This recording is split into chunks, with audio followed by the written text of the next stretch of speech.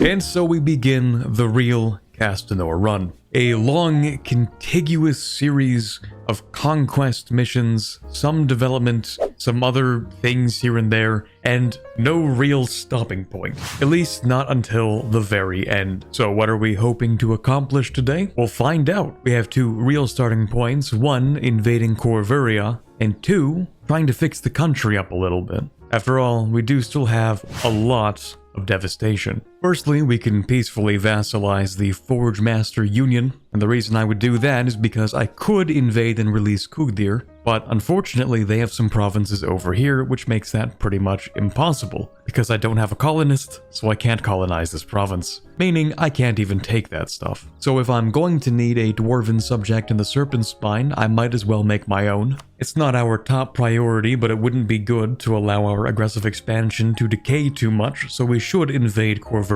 Okay, I'll be first to admit, I forgot war wizards exist in this game. I did get kicked in the teeth a little bit, not gonna lie. But I'm just gonna go ahead, grab the institution, and pick up the next few texts. Now, I do have on my list here either religious or some kind of military idea group. It wouldn't be bad to go with religious, because that would give me a lot of CBs to use, but frankly, Coronite is spreading a lot further than I thought it would. And I don't really have much to convert right now, so I think we're gonna move on to my backup plan, which is just going with a random idea group, and of course, it's never random, because I always pick offensive. We're having a bit of factional infighting in Castanar. The patricians, of course, having ruled the city for centuries at this point, are not too pleased with the idea of having their privileges and wealth curtailed by imperial power. Although that's just one side of the patrician factions, whereas one of the others thinks that working with the crown is in the best interest of all parties. And while I personally think it would probably be best to try and root out the power that the patricians hold, our only two options are to either say nothing about their infighting, or try to push our influence and quell the dissent, which we are going to do. Oh shoot, I forgot to join the League War. I did actually want to do that, I just completely forgot to. From Corvia, we'll be taking these things, mostly because I need to snake towards these highlighted provinces over here. These provinces are necessary to form the Castanorian Dominion, and the coalition itself is not that bad. As I mentioned, we do need to work on building up this Dwarven subject, and Kugdir seems to be having a bit of an issue with goblins. An issue which appears to be actually tougher than fighting Kugdir themselves. It's just a lot of goblins. Also, why am I not Defender of the Faith? Okay, I guess I will take that back. We did just reach the tech necessary to build a level 4 fort, which is what we had to do for our first mission as Castanor. Basically, it's a good idea to restore the castle. Not much else to say about that. It does change the culture to Castanorian. We gain a base tax and a base manpower, along with a little bit of prestige, and the option to construct a continuous legion way across West Castanor, whatever that means. It's so many goblins, I should have waited. Yeah, I definitely should have waited. I've lost 108,000 people. The enemy side's lost 32,000, and I've lost so many just to goblins. I think I have slaughtered 300,000 goblins at this point. They just keep coming. And not getting a 92% siege. Maybe this is a sign. Maybe the Castanor video was a mistake the whole time. The stars are aligning to turn the Serpent Spine into my own personal Vietnam. This is really not great. And the patricians are plotting against me. They've created a new loose society to push their interests against the crown. So that's great. Certainly this won't lead to anything. Yeah, okay, so because our ruler is just short of being God himself, the patricians seem to be upset. Okay, I'm gonna take full money and war reps from Tarakar. Then from Kugdir, I will take some money and all of these provinces. And then my subject may have them. Oh boy, okay, so we have the death of a matriarch. I do wonder if this has something to do with the fact that we're about to have a civil war in the next month. But anyway, as she has died, and I think she was actually one of the ones, well, if it's related to the previous event, one of the ones that supported the crown's rule and didn't want to try and further the interests of the patricians. Now, by law, her land goes to the crown, but apparently this would upset the patricians, which I guess makes sense because they want the patricians as a whole to have more influence and power. If we do follow the law of inheritance, The patricians lose a bit of land, we gain some prestige. On the other hand, if we give them 5% crown land, we can get 3,000 ducats, which is a pretty significant amount actually. And I kinda do need the money. Just think of it as a more efficient sale of titles. Sort of. Besides, who knows how much money I'm going to need for this civil war. We do have another event, a disturbance at Trial Mount. It seems like someone is looking to scout the trials themselves, which is interesting. Now, we can lose a bunch of manpower to reduce the uprising progress by half, which would delay it by several more months, or we could gain a free stability. I don't know if there's much to gain from pushing it off, but at least thematically it would make sense to try and guard the patrols, because I have a suspicion that someone is trying to undertake the trials themselves. Okay, Civil War time. Not just a civil war, actually, but also a lot of rebels. Nice. That's really, really cool. The Edhardrachon Uprising. For Akramar, away from the main Castanorian court on a provincial visit, the day begins unassumingly. The sky is perhaps just a little hazier and off-color than expected. The sun just a little hungover. And was that just a hint of a smoky smell in the air? Enough to leave Akramar on edge, perhaps. But there was work to be done that day. Documents and edicts to sign, decrees and orders to give. Best to put it out of mind. Unable to shake a feeling of unease several hours later, Akramar leaves his makeshift headquarters, and right into confusion and commotion. Half a dozen couriers and messengers in various states of disarray are talking over one another to one of Akramar's advisors, the poor hapless man trying to piece the story together. Without question, the Edhardrachon have chosen a member of their own to take the Trials of Castan, finally having the confidence to declare Akramar an illegitimate Castan. What happened next has been interpreted 1,000 ways by 1,000 different people. Some say that the Edhardrachon chosen succeeded and the trial mount itself roared its approval, shooting ash and fire a mile high. Others say that the trial mount rejected such a blasphemous act out of hand, filling the air with smoke to prevent the Edhardrachon chosen from sullying the trials while the previous Castan was still alive. No matter the truth, the Edhardrachon apparently has much more power and influence than previously thought. To support their new leader, they have quickly taken control of Castanath and are even now fortifying its formidable walls, ready to fight for every last stone. The battle lines are drawn as the people of Castanor wait with bated breath. Who will end up the true heir and successor to Castan and his empire? Okay, this can't be that bad. I mean, what do they have? 100,000 troops and a bunch of rebels? It's not that bad. Plus, wait, can I bring in my allies maybe? I hope. Oh, they're already brought in. Of course, it's a defensive war. That makes sense. Yeah, okay, this is not going to be that hard. Foreshadowing as a narrative device. We do get a special set of missions until we're done dealing with this uprising. Or we could decide if we wanted to play as the Edhardrachon. I'm not going to, but I would like to see what that looks like. So I've saved the game, and let's take a look. Do you have any missions? You do have missions. That's surprising. And what happens after this? I assume they just reform Castanor, but with a different set of laws or something? It's not like they're trying to create a new country. It's just about a civil war for who leads Castanor, pretty much. Wow, there is a lot to this. Okay, we have to bump up stability. We have to do a whole lot of stuff. Increase the national unrest. The morale of armies needs to return. Yeah, how bad is this, by the way? We have a mechanic for this disaster. That's crazy. And yeah, during the whole thing, we have increased stability cost. Lovely. Yearly legitimacy reduction. Monthly war exhaustion increase. National unrest. That's great. Let's start by dealing with a couple of these rebels because they are behind my lines. We'll wait for our allies to come to our aid. With them, this shouldn't be too difficult of a war. Also, I need to embargo you. Also, I like how the Emperor's name is Castan. Castan the Castan. Anyway, by embargoing the Edhardrachon, they should have absolutely no trade. After all, they can't even get through the Serpent Spine. We have a loyal subject in there, so they are entirely isolated. We will lose 100 blow power, but we gain a significant amount of money. Unfortunately, it looks like they have some unique generals. Castan the Castan is an 8352 general. Genuinely insane. Oh yeah, where's my current capital, by the way? Because it's no longer where it used to be. It is in Ardent Keep. Yeah, okay, that could kind of be a problem. I don't have a fort there. That's 200,000 people. That's a lot more than I thought we were going to be fighting. Okay, well let's start off by paying some of these smaller loans that I've had for a really long time. Actually, okay, I have the merchant guilds back. I was gonna say, all of my loans were tied to the patricians, and now they're trying to kill me. So we can take out new loans from these guys and pay off some of the old ones. Was that a good idea? I don't know. I'm probably going to use it for mercenaries, so we're just going to keep this. Also going to ask the mages to cast a spell for me. The capital is so important, I might actually just go with a narrow ward, maximize the defensiveness in the capital. I have a feeling taking the capital is one of the worst outcomes that could happen to us. It pains me to do this given the hits to professionalism I'm going to take, but we do need to hire at least one mercenary company if we're going to win this war. Fortunately, that also completes the adventurer's agenda, which means nothing because they just gain some more power. And that's because of the army we literally just hired. Right, okay.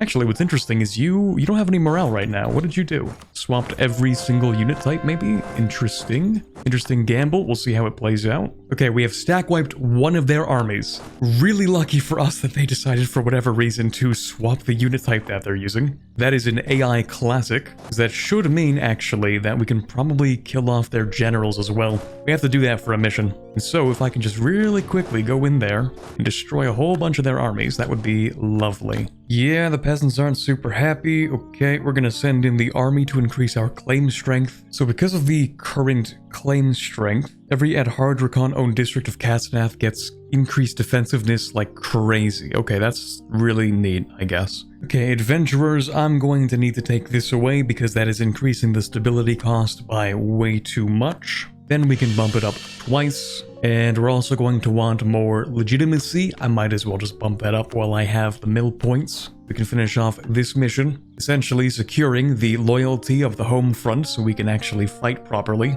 Really just gives us morale of armies and national unrest. Yeah, we do have a bit of an issue with the way that this war is fought, and that is that the AI doesn't understand the priorities. I'm trying to fight them. They have a far superior army, by the way. Like, it's not even a contest. But the issue is that we need to make sure we have all of our provinces first. Then we can push this to get more siegeability, discipline, and manpower. Then we need to occupy the walls, which will collapse a lot of the capabilities of the Edhardrachon. Meanwhile, we need to build the spy network to create the uprisings. Then we have to drain the war exhaustion to decrease the defensiveness. And then we need to make the estates loyal to increase our claim strength and to be able to actually push this war to its conclusion. But the AI is like, nah, let's just siege the capital. Which is great, but I'm kind of dying over here. 60,000 manpower to increase the claim strength. I mean, at this point, we don't even have manpower. Just give me that free claim strength. Okay, we're having our little shuffle over here. It's actually turning out pretty well because I'm starting to recapture my forts. Gawet is here to help me fight. And hopefully we can get a stack wipe or two in here. We've retaken all of our territory. So now, all together, we're going to push to take the western white walls. It gives us additional manpower, siegeability, and discipline. Seeing as these are rather tough to crack, I'm just going to barrage them. Ooh, that could be bad. Hold on a second. Good thing I just finished these sieges. Oh, never mind. Oh, I didn't even notice the enemy gets insane discipline. Okay, that's why all the battles are so hard to fight. Hold on. Dude. Yeah, no, that's crazy. That makes sense. And the morale? Oh yeah, plus 20%, of course. And I think they also get, what is that, like significantly more army tradition to begin with? No, that's cool. That makes sense. That actually explains a lot. We have our 50 spy network.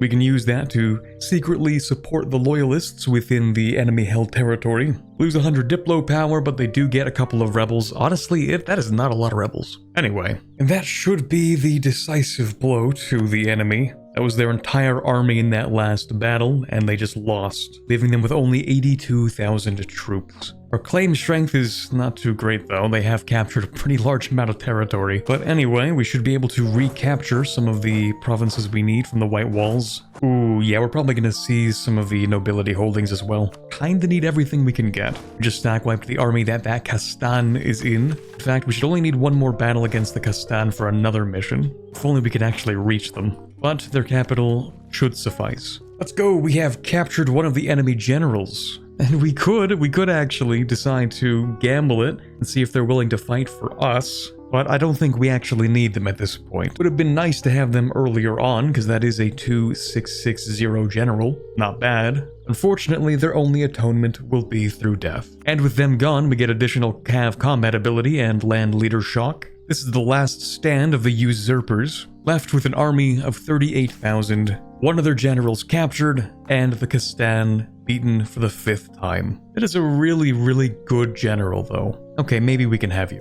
We get land, fire, and artillery combat ability, and we have beat the Castan, so we can increase our own claim. We've shattered their aura of invincibility, and it's safe to say that not just doubt is cast upon whether he's worthy of his supporters, but everything is crumbling around him. The war exhaustion of the traders is rather high, and I reduced my own, completing this mission. Let us see the patricians still deny our legitimacy when our legions are marching through the streets of Castanor. The whole city gets minus 100% defensiveness. We've taken the whole of the white walls of Castanor, leaving no escape for these traitors. Honestly, the penalties they get are not that bad. Not at this point anyway. Why am I fighting Grombar? I think they just intervened in the war because it's a war between great powers technically. So I'm the #1 great power, and Gawed is a 2nd great power, which allows Grombar to move in if they so choose. Now, I don't think that actually matters very much. Grombar is nothing compared to the whole alliance they just decided to fight, so good luck with that. We've taken South Castanor, finishing this mission off. North Castanor has also fallen. At this point, the penalties are not too severe considering just how close we are to ending the civil war. And that's the end of the city itself. We've finally done it. Except, of course, that the war itself is actually not done yet. Okay, the enemy has done a full, complete surrender. It's actually very funny that they've done this because it means I can just go ahead and take more stuff. And for some reason, Gawed really wants this, otherwise they're going to hate me if I don't give it to them. But anyway, we can enforce our authority over the Edhardrachon, get a bunch of money, placate Gawed. Sounds good. It is a somber scene in Castanor as the sun sets on the end of the peace summit. Castanor still stands as it has for millennia, yes, but all around are reminders of yet another war, yet another conflict, yet another mark on its weary surface, only just recovered from the Iskani Wars of Consolidation. A new set of scorch marks to join those made by the Dragon Wake, a new collapsed building to join those stripped by the Green Tide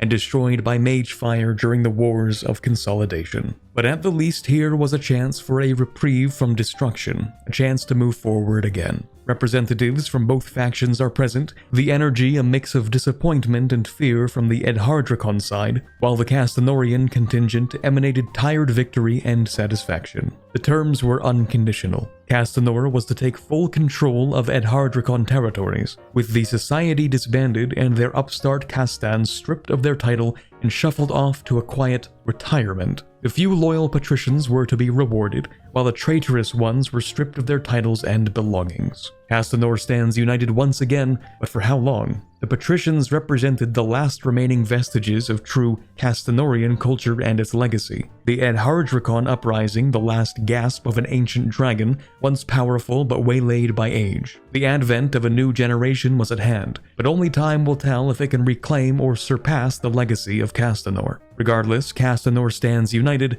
and the world trembles in anticipation. We get 100 of each monarch point, a new Tier 2 government reform which gives us reduced advisor cost, reduced national unrest, and reduced liberty desire from subjects development. We, of course, inherit the Edhardrachon, and one of our missions will be easier to complete. Well, wasn't that fun? You know, it wasn't too bad though. Not a single disaster in this game feels worse than the Amion one. We do get the Castanar patricians back. They've replaced our burghers once again. I will give them a couple of things. For example, I'm going to take out some more loans from them. At this point, it's funny because I have 15 1% loans. I'm probably going to pay off the smaller ones though. Throughout our mission tree, we have the ability to establish different legions. One for the north, one for the south, one for the west, and I don't know about the east. I guess we'll find out. All we have to do for that is bring 60 units of infantry into a particular province, and I just confirmed that mercenaries do count, otherwise I wouldn't have enough. Now it says I'll lose 60 units, but one of those is a mercenary company, so I don't know how they're going to do that. We'll see.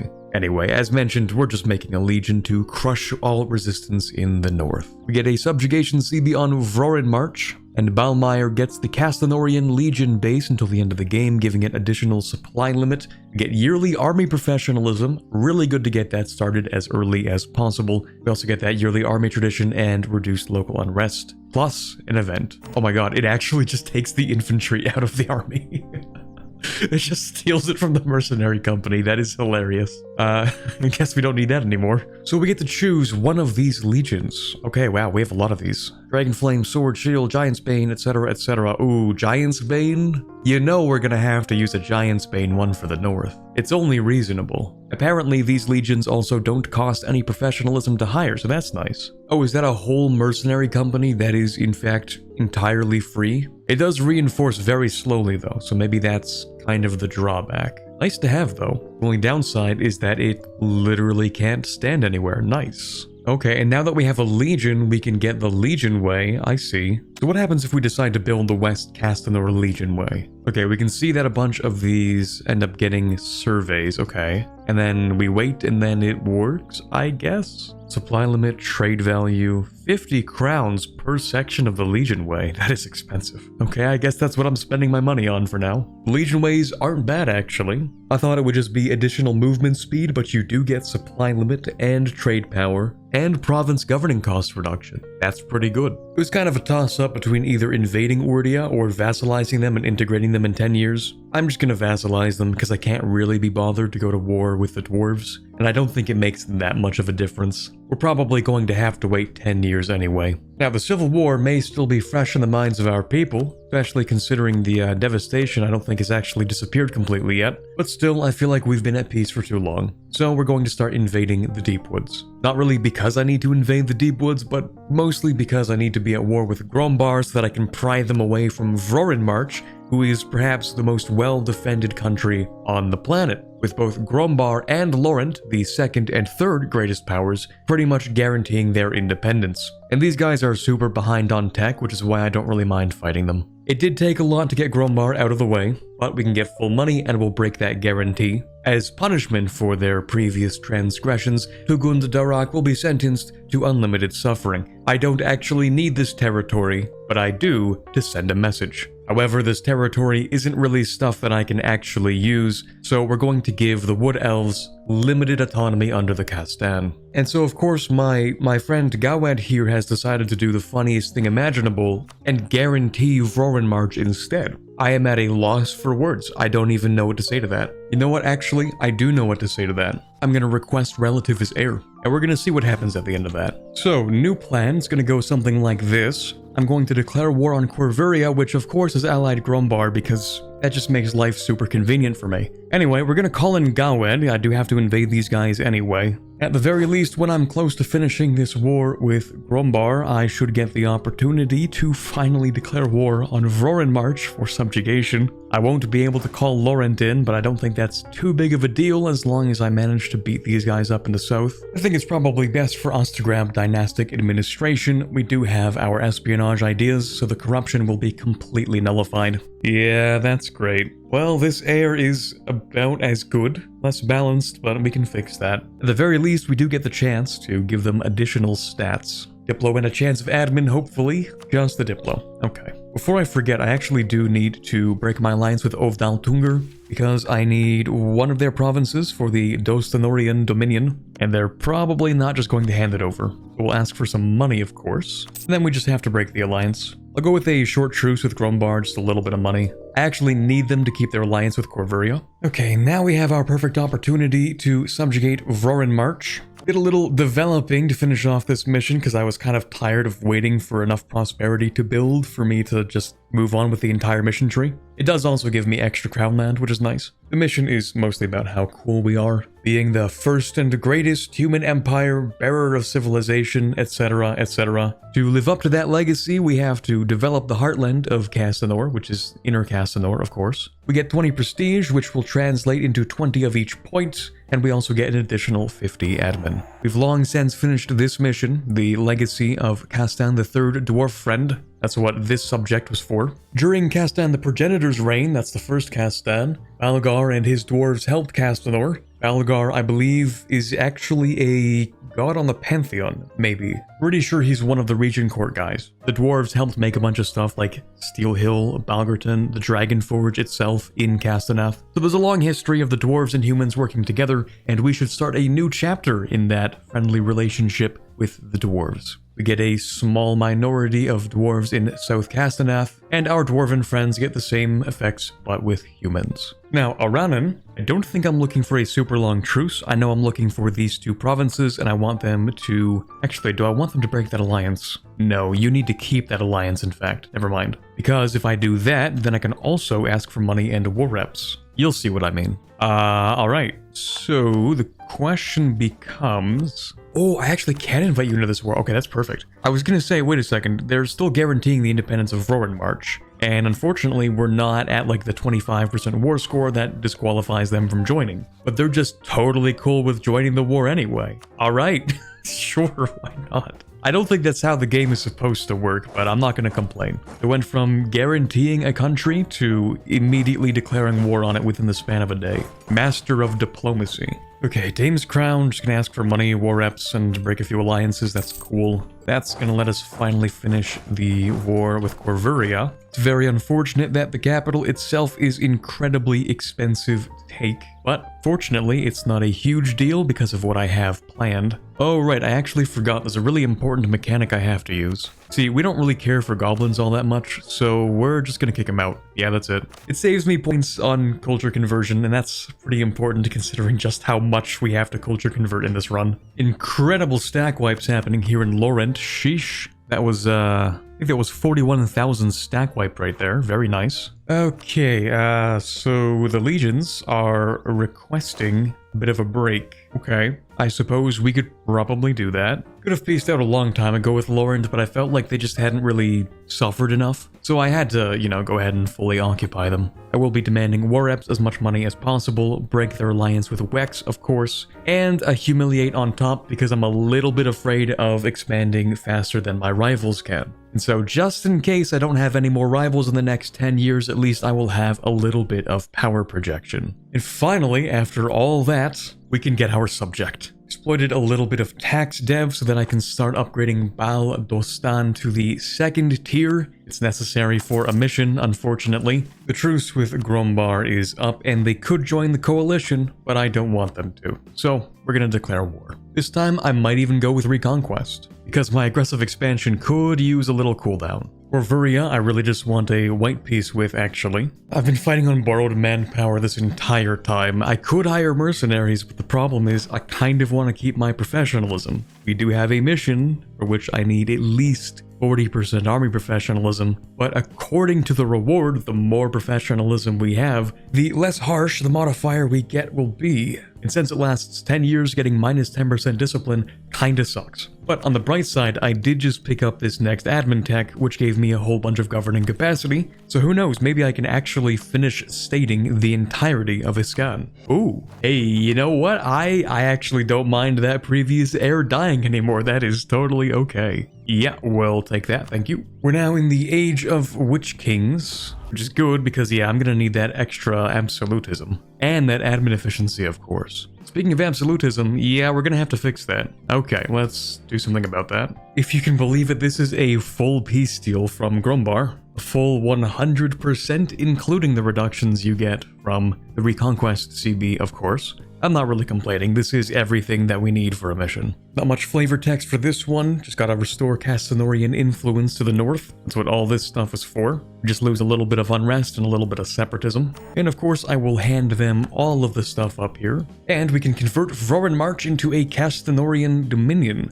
Vorin March is a cold, inhospitable, infertile wasteland. There's no but, it just sucks. However, despite how terrible it is up there, it should still belong to us. We get 50 of each power point, 10 prestige, which will be converted into splendor, and a few permaclaims for our subject. Also, I personally think that the color of Vorin March should change. I think it should become white, because that would be cool. Kind of like how in Victoria 3 that kind of happens. When you have a subject, it becomes the color of your country. That's a pretty sizable coalition, actually. You could always invade the orcs, I suppose. Our subject does have a couple of claims, and just today, actually, I learned that you cannot fabricate claims adjacent to your subject's territories. I think you used to be able to do that with espionage, but now you can't, and that was probably changed a really long time ago. I just don't take espionage ideas very often. Oh, right. So, I was supposed to get a CB on Corvia, before the truce ended so that they couldn't join a coalition.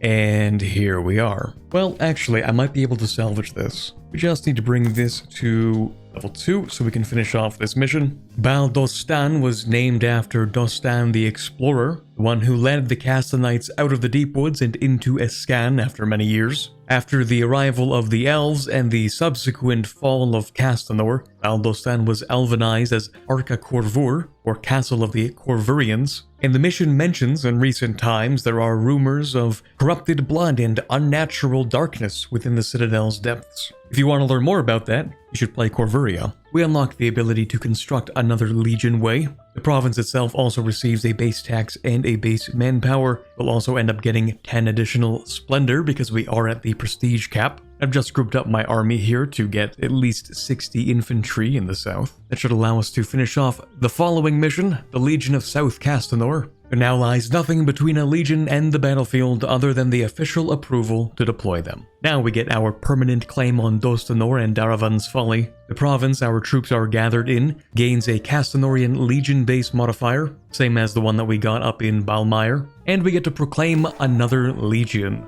I assume they all have different effects based on the last legion that we got, and I don't know what the effects are, but let's go with something maybe somewhat thematic. The marshes in the south are actually a consequence of flooding that happened from a magical disaster, so maybe Magebound would be a reasonable one. And while we have our opportunity and Corvia is not yet in the coalition, we should probably declare war. I didn't read the flavor text for the previous legion. I probably should have at least put it on screen. It is actually an interesting read. It goes into stuff about like how the mages actually fight. But the gist behind the whole thing is, the mages were kind of an issue back with Black Castanor and the Lich King and all that. But maybe through their service, they can redeem themselves. Magebound themselves are a really, really large legion. They receive 10% less damage, get additional infantry shock, get 5% discipline, but have reduced morale and just like the other legion, have a rather slow reinforced speed. On the bright side, they are free. Ooh, free War Wizard, hell yeah.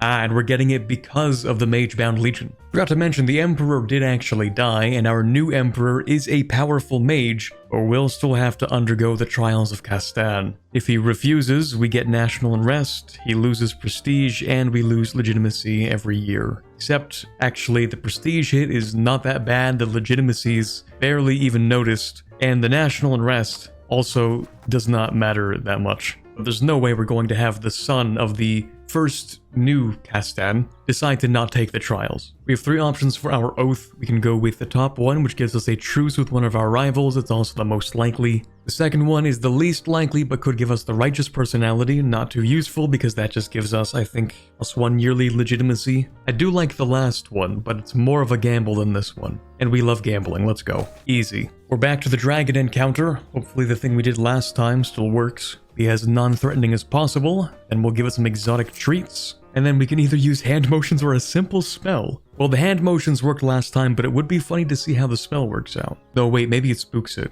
Okay, we'll just use the hand motions. That's not as spooky. There you go. We're gonna have to kill an immortal golem. Okay, it cannot be killed, but it can be disarmed. Let's scout the area first, and maybe gather some resources. And then if we make a trap, it could be easy enough. Couldn't be any harder than trying to go at it with just a makeshift weapon. Oh yeah, what do you know, it actually worked. But not that well. Okay, we do have to fight it then. Actually, funny enough, maybe this will work. Redirect its attention. Oh my god, that worked.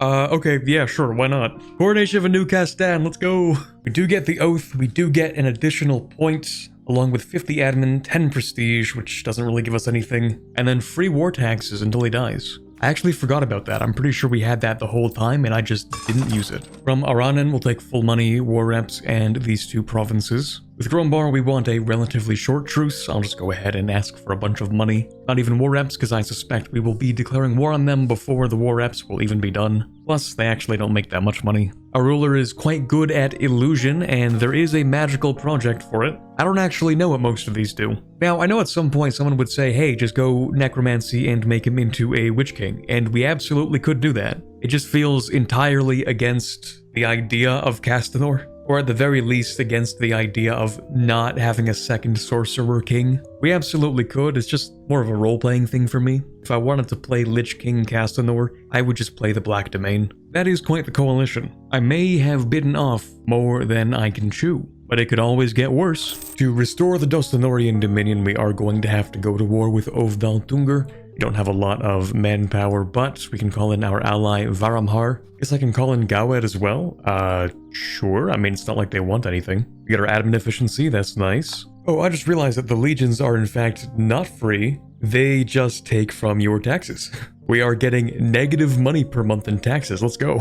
Taking all this from Ovdaltungur is considered a little bit aggressive. You know, it will add like 15 countries to the coalition, but let me just see where my mission tree takes me. Ooh, yeah, that's unfortunate. See, I actually need pretty much 1-to-1 exactly what I'm going to take here. I guess we don't need Gemile, they can keep that. That should be everything we need. Okay, we'll just core this then. New heir, and we do already get to see that he is a powerful mage. Lovely. He's a little bit lacking in mill power, so we'll bump that up and hopefully get a Diplo. Yeah, we've never gotten the second point on that, but whatever. With that province now cored, we can recreate the Dostanorian Dominion, which tragically does take all of our land in this area, thus significantly weakening our economy. But at the very least, I guess they'll help us with governing capacity a little bit. Besides, we do have to do that for a mission anyway, so it's not like it's optional. The truce with Grombar is up and we can't have them joining the coalition. I'm actually just too broke to embrace the institution, but I do want that technology still, so we're gonna go to our divination and scry general affairs to get 3 years of 10% power cost reduction. And then with that, the technologies are actually not that expensive. For our 5th idea group, I have on my list here that I'm going to take diplomatic ideas. We can pick up our extra absolutism. Although we only have 35 max right now, I'm gonna have to start taking quite a few privileges back. Verkal Kozanad was quite the pain to siege down, but they can give us a bunch of money. Then from Grumbar, we're gonna take everything we need for this mission over here. I could try to get started on this one, but I feel like this can be done in its own war, probably. So instead we'll take a bunch of money and war reps, because I have a lot of loans and I need a lot of things built. According to the missions, we do actually need to give all of this stuff to Vorin March. It's not enough to simply reclaim Vorin March. The old Castanor was nearly brought down by the giants, and so we need to claim more territory in the north if we are to get sufficient warning in case they come back. We just get a permaclaim on the northern pass. I'm going to temporarily swap away from dynastic administration, and we're going to go for... let's go with meritocratic recruitment, actually. Then we're going to summon the Diets. Might have given these guys a little bit too much influence, but I can probably live with that. Then we're going to go to the mages and say, hey, do you want to help me with construction? Because that would be really nice. Because we have a lot of manufactories to be building. I bumped up the North Citadel to level 2. It's actually a really good monument, giving us up to 15% governing capacity. But anyway, apparently the old Northern Citadel used to be linked to Castanar through a massive aqueduct, which we should, of course, rebuild, especially since nobody bothered to rebuild it since the Dragon Wake. And that was, I think at this point, like several thousand years ago. Anyway, it's going to take us a year to build. We've also gotten to 100 trust with the Forge Master Union, our Dwarven subject. Just as Balgar helped the Castanorians in the past, we should repay our debt by helping the dwarves now. For the next 20 years, we get trade efficiency, inflation reduction, and regiment cost, as well as a historical friendship with the Forge Master Union. I've had this completed for quite some time. As we deepen our friendship with the dwarves, the Dragonforge district also grows in size. We have yet to rebuild the actual Dragonforge itself though, and our legions are in need of new weapons constantly. So we can unlock the ability to rebuild the Dragonforge earlier than normal. And all we need for that is literally 0.07 of a ducat, which I'm going to get just by exploiting some tax. Of course, why not? Yeah, sure, alright. Hey, at the very least, this is a pretty good heir. This is acceptable. We can give him more mill power. I don't know why every single heir is called Akramar by default. I've never changed the name, but it's always been Akramar. I could change it, but you know what, at this point, Akramar is kind of iconic. Okay, and of course he's also a powerful mage. It does mention the Crimson Deluge. I'm wondering if this is permanent until, I don't know, maybe the final age. Kinda weird to have it so consistently though. We've rebuilt the aqueduct. You can pause and read this if you want, but it's just mentioning reopening the aqueduct for the most part. The Citadel gets local development cost reduction and increased defensiveness, and the city of Castanor also receives a little bit of local development cost reduction and some prosperity. I do have quite a bit of aggressive expansion with the actual Empire of Anbennar that I'm gonna try to work on, but for the time being, until I can take these last 2 provinces I need for a mission that's, locking everything else behind it, we can just invade the orcs. Because nobody really cares about the orcs. Oh, it turns out we had to actually clear the Dragonforge ruins first. That makes sense. Then rebuild the whole thing. Anyway, somebody thought it would be funny to sort of block me off from being able to take the stuff that I want, so instead we get this incredibly awkward peace deal that actually still kind of works. Yeah, it's not pretty, but it does give us the main area, Amaldir. And of course, I can just give all of this to my subject. We do clear out their trophy pile, which should give us a bunch of money. There we go. I brought our professionalism up to 60% by using our mill points and hiring a bunch of generals. It didn't need to be 60% for this, but because it is, instead of losing 1 yearly army professionalism, we're going to lose half of a yearly army professionalism. On top of that, we would have lost 10 instead of 5% discipline, so this is a lot more manageable. When we look back at the past in Castanor, it's clear that their military had some kind of exceptional qualification to be able to conquer and defend such a vast territory. This was, of course, because of their legions, which we will replicate. Presumably, once the 10 years are up, we will probably get some kind of event about army reform or something. I don't know, we'll see. Now, we don't really have to expand at the moment, but we do have an opportunity to claim more of the deep woods from Argordstun. Of course, we have practically no aggressive expansion with these guys. And on top of that, we can also use that as an opportunity to shorten our truce with Grombar. So it's probably a good idea. And our Emperor here is now legendary in Illusion, meaning we could try to produce the Simulacrum. I don't actually know what it does, but it sounds cool. We've gained enough favor from the adventurers to help us investigate the ruins of the southern citadel. The South Citadel actually served as the capital for much of the Greater Castan's Empire period, but over the millennia since the Day of Ashen Skies, it has since fallen into ruin, and could potentially hold some useful artifacts. If you're wondering, this island was actually where the Citadel was. We lose 100 admin and 1,000 crowns, and we can either send in the adventurers or the mages, and I'm feeling more inclined to send in the mages. We haven't really finished exploring the South Citadel, but nonetheless, we can apparently begin its reconstruction. We can get Grombar out, we'll break that alliance, of course. The Dragonforge is finally complete. We get 20 prestige. One of the first production lines in the Dragonforge has already sent out its first batch of mass-produced weapons, ready for use by the armies of Castanor. The Dragonforge gives us half recruitment time in this province, minus 10% regiment cost, and +1 monthly military power. And here we go, we've completed the Simulacrum. Oh, I see. So whenever we want to study magic, we can just use the Simulacrum to attend to our duties. Okay. Well, now I know what that does. I get a lot of military points each month, especially with that Dragonforge now, so I think it's worth it to go into Evocation, because then we can get actual siege magic.